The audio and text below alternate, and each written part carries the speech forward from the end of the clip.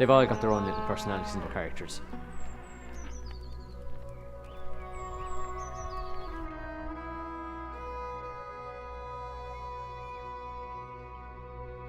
You look after the cows, they look after you.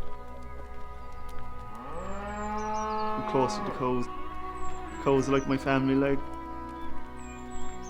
I like getting up in the morning, like seeing the herd at the start of the day. I like when the animals are thriving. Just a very nice animal to deal with. It's lovely going out after milking and seeing the cows. The little bellies full of grass, they're happy, and you hope that they'll continue on and prosper.